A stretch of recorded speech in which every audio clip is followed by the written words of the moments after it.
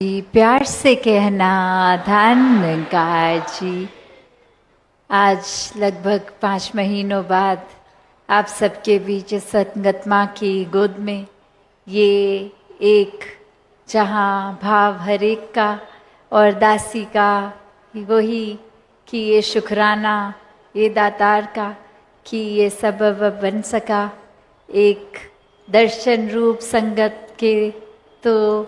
जब राजपिता जी भी टूर पे होते थे तो वो जैसे लाइव सत्संग में सभी देखते थे, तो दासी भी फिर टीवी के आगे वो सत्संग रूप का आनंद और आपके दर्शन। और यही अब समागम की रुत, ये एक आत्म मंथन का जो जिक्र सभी बार बार कर भी रहे हैं, तो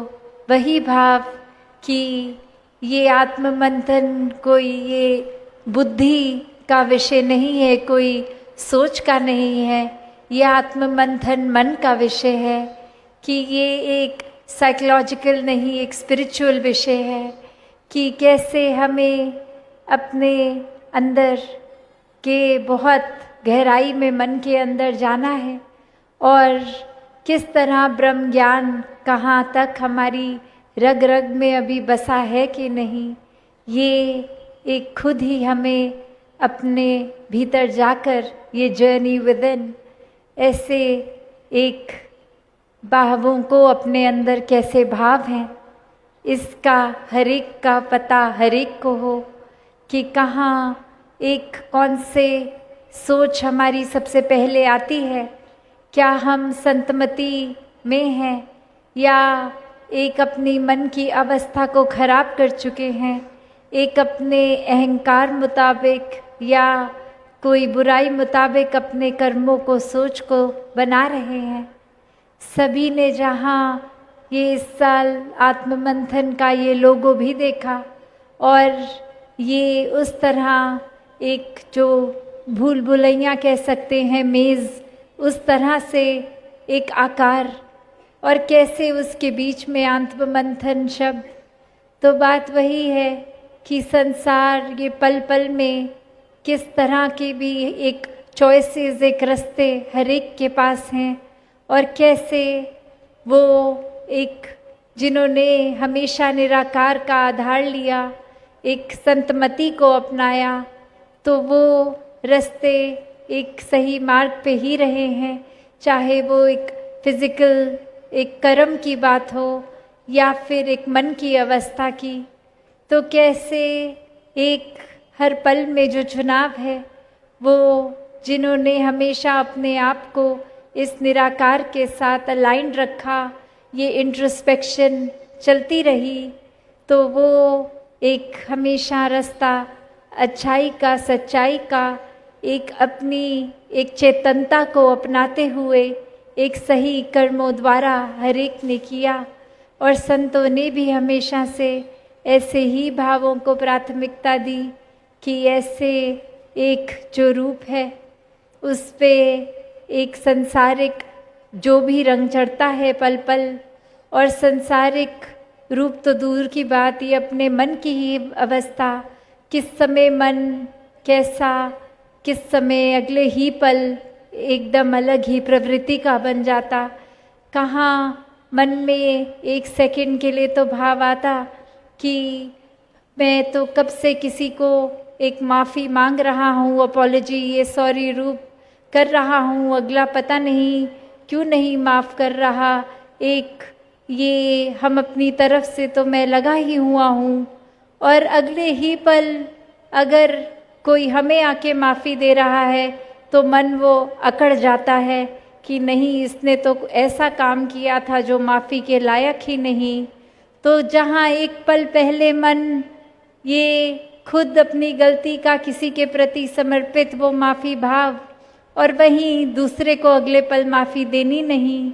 ऐसे कहाँ कहाँ मन पल पल रंग बदल लेता है। तो संतों का मन ऐसा नहीं होता। संत तो हमेशा अपनत्व का भाव रखते हैं, एक एक्सेप्टेंस का भाव रखते हैं, कैसे एक हर एक की गलतियों पे पर्दा डालने की भाव रखते हैं। बिना माफ़ी मांगे माफ़ करने के भाव रखते हैं, एक दूसरे के लिए सिर्फ अरदास भाव रखते हैं कि हर कोई एक सही दिशा में रहे। मन में भी ये निराकार से जुड़ के भाव बहुत ही साफ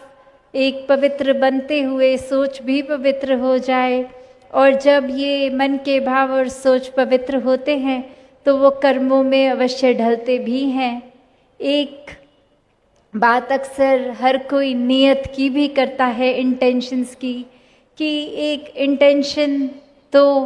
ठीक थी, किसी के प्रति ऐसा भाव नहीं था, पर कोई बोल ऐसे निकल गए, कोई कर्म ऐसे हो गया जो ये इंटेंशन से विपरीत हो गया। तो बात वही है कि वहाँ भी फिर आत्ममंथन करने की ही बात है कि अगर हम वाकई ही ये क्लेम कर रहे हैं इतना बड़ा कि हमारी नियत तो ठीक थी, तो फिर ठीक नियत और कर्म बिल्कुल विपरीत, ये मेल कहाँ खा रहा है। तो एक गलती से अगर गुस्ताखी है तो वो बात तो चलो एक हो सकती है, एक स्लिप वो हो सकता है, पर अक्सर आत्ममंथन की जहाँ बात आती है, हम तो किसी की बात भी इसीलिए सुनते हैं ताकि आगे कुछ वो डिबेट रूप कर सके, या उनसे जो वो कोई बात कह रहे हैं उससे ज़्यादा बेहतर कोई अपनी बात रख दें, कोई पॉइंट प्रूव कर दें, या फिर उनकी बात तो सुनी नहीं, अपनी बात ही और बुलंदी से कहने के लिए किसी से वार्तालाप करते हैं, बातचीत करते हैं। तो यहाँ भी भाव वही कि कैसे किसी की बात सुनने के लिए वो सुनी जाए, ना कि इसलिए कि हम आपसे ज़्यादा बेहतर बात कर सकते हैं, ये बात आप सुनो इसलिए आप आके हमसे बात करो। तो ये तो कहाँ ही एक सोच, एक मन जा रहा है। ये बात जो अक्सर दासी अक्सर कहती है कि हर कोई अपना अंतर्यामी होता है, कि ये निराकार दातार तो है ही सभी का अंतर्यामी, पर हम किस रास्ते पे हैं, कैसे हैं, किस वजह से, किस नियत से क्या सोच रहे हैं, बोल रहे हैं, ये हमें अपना तो हर एक को पता ही है। अक्सर हम दुनिया को भी एक वो कह सकते हैं, एक एक्ट एक उस तरह रख सकते हैं जहाँ हर कोई कन्विंस हो सकता है कि हाँ ये तो हमने कोई भोलेपन में कर दी या नादानी में बात कर दी। पर अगर हमारा अंदर ही मन नियत शातिर रखते हुए वो सिर्फ एक पाखंड भोलेपन का कर रहा है, तो फिर ये बात हर एक को अपनी ही सुधार में लानी होगी, क्योंकि हर कोई तो हमेशा एक दूसरे को बेनिफिट ऑफ द डाउट देंगे कि वो अगर गलती भी सामने आए तो कोई वजह रख देंगे कि ये वजह से शायद उनसे, सामने वाले से एक कोई भूल हो गई। पर हमें तो पता है, हम शुरू के पॉइंट से ही वो नियत रख रहे थे, वैसा करना चाह रहे थे, तो एक भूमिका इस तरह हमने खुद ही क्रिएट कर दी कि वो बिल्कुल उसी तरह लगे जैसे हम दूसरों को ये एक नाटक करके दिखाना चाह रहे हैं। तो बात वही, चाहे छोटे छोटे पहलू हो संसारिक या फिर कोई बड़ी बात हो, ये मन हर जगह हर पल इस तरह होता है कि अभी एक पल में जैसा सोच है, हमें अपनी अलग इमोशन अगले पल का या फिर अगला ख्याल क्या दिमाग में आने वाला है, यहाँ तक भी नहीं अगर पता, तो कम से कम एक चेतन अवस्था में रहें, एक आत्ममंथन करके। हर समय कुछ भूल होती भी है तो वो आत्ममंथन ही है जो वापस उस भूल का सुधार करने के लिए सहयोग देगा। तो ये जैसे अभी आज हम सुन भी रहे थे सत्संग में महापुरुषों के भाव कि ये आत्ममंथन मन अक्सर करने से भी हिचकिचाता है, क्योंकि कर लेंगे तो पता लग जाएगा कितने पानी में खड़े हैं, कहाँ हैं। तो वो ही भाव कि कहीं हमने इतने ही नियत से बुरे कर्म करे, सोच रखी कि आत्ममंथन अपना करने से ही अगर हिचकिचा रहे हैं, तो वो कर्म करने पे सामने वाले पे क्या प्रभाव आया होगा, उनकी सोच, वो रेपरकशंस हमने खुद,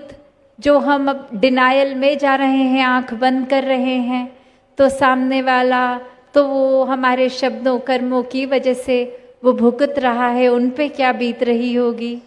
तो संतों ने तो अपने दिलों को ऐसा बनाया कि चोट सामने वाले को लगी हो तो दर्द वो महसूस करते हैं। और कहाँ हम खुद को संत तो कहलाने में सबसे आगे रहेंगे, पर काम अगर चोट पहुँचाने वाली दे रहे हैं तो हम संतों की श्रेणी से तो बहुत ही दूर हैं। तो आगे जिस तरह ये समागम भी आ रहा है, सबने इतने समय से ये सेवा भाव भी रखा, चाहे वो इस ग्राउंड तक या जो अभी तक नहीं भी आ पाए, वो भाव रखा कि ये सेवा की रुत है, समागम की रुत है। आज भी अगर देखिए तो ये सत्संग में अभी कितने महापुरुष पंडाल के अंदर तक भी मौका नहीं उनको लग पाया, चाहे लाइन में भी इतनी देर लगे, पर वो समय इस तरह से अब अंतिम छोर तक आ गया कि वो अनाउंसमेंट भी सुनी कि अब और ये मुमकिन नहीं हो पाएगा आज आने वाले दिनों में। तो दासी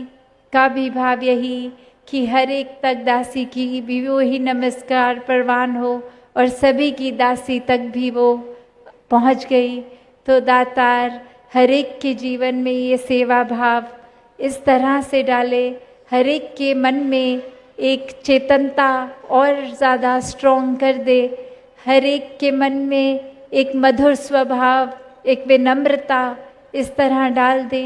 कि फिर वो कोई जानबूझ के गलती ना हो।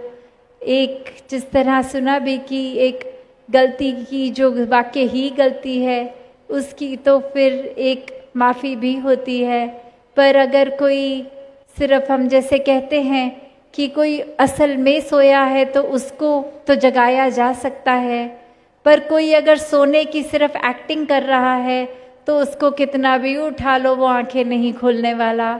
तो हम यहाँ कहाँ खड़े हैं कि वाकई ही सिर्फ गलती से गलती कर रहे हैं या जानबूझ के कर रहे हैं।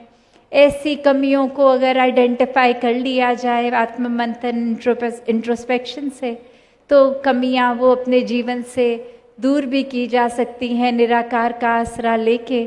तो हर कोई सेवा सिमरन सत्संग को प्राथमिकता जीवन में जैसे अभी तक बना के सभी चल रहे हैं, आगे भी यही आधार निराकार का प्राथमिकता हर एक के जीवन में रहे। तो और समय इजाज़त नहीं दे रहा, भाव तो मन में जो और हैं वो अब समागम में दासी ये दिन भी जो बढ़ गए,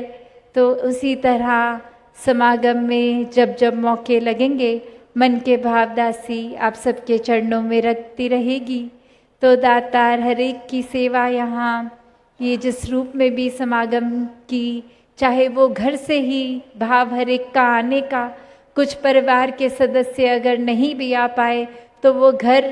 की वो गृहस्थ की सेवा कर रहे, उस तरह रिस्पॉन्सिबिलिटीज़ तो हर कोई जहाँ हर तरह से सेवाओं में है, दातार हर किसी की सेवा प्रवान करे। भाव मन में सेवा का एज लॉन्ग एज है सेवा ही, कोई अल्टीरियर मोटिव्स नहीं, कोई दूसरे छल कपट का भाव नहीं, हर एक के मन में